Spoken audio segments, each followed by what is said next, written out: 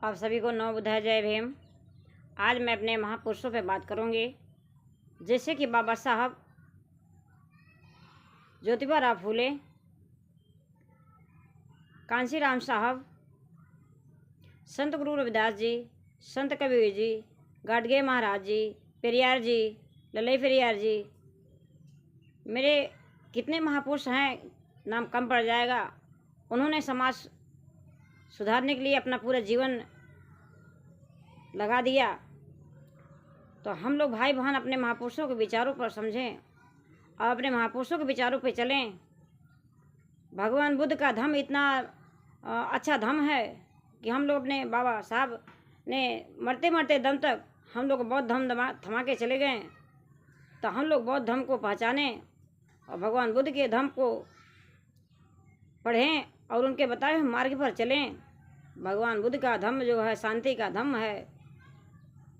भगवान बुद्ध का जो है धम्म बहुत महत्वपूर्ण भगवान बुद्ध का धम्म है।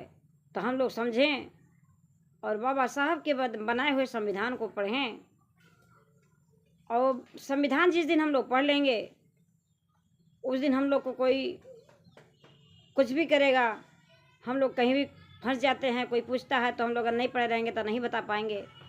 तो अपने महापुरुषों के संघर्षों के हम लोग समझें और बाबा साहब के बताए हुए मार्ग पर चलें। बाबा साहब के मिशन के लेके आगे बढ़ें। बाबा साहब ने हम लोग को इतना अच्छा धम्म दे के चले गए।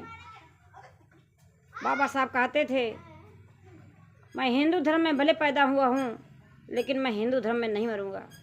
बाबा साहब ने मरने से 2 महीना पहले बौद्ध धम्म दीक्षा देके चले गए और धम्म दीक्षा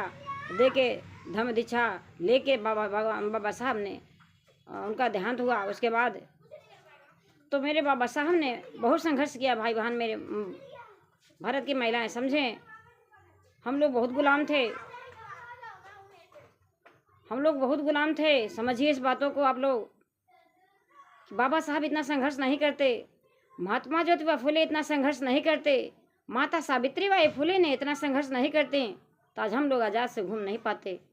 आज इतना आज़ाद है फिर भी हम लोग आज़ाद नहीं हैं।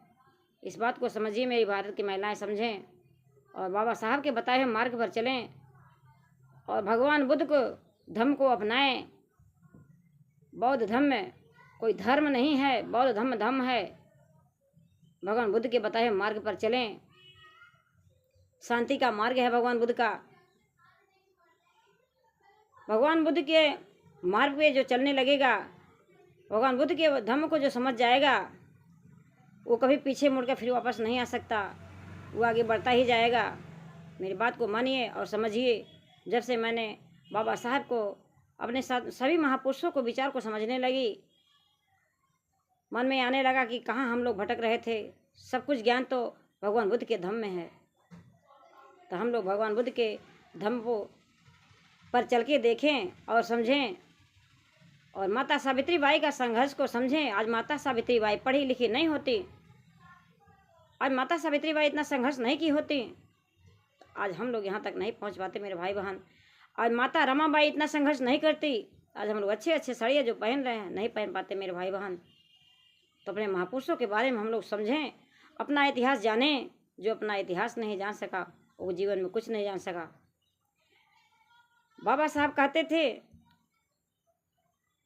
बाबा साहब का 3 मूल मंत्र है, शिक्षित बनो, संघर्ष करो और संगठित रहो।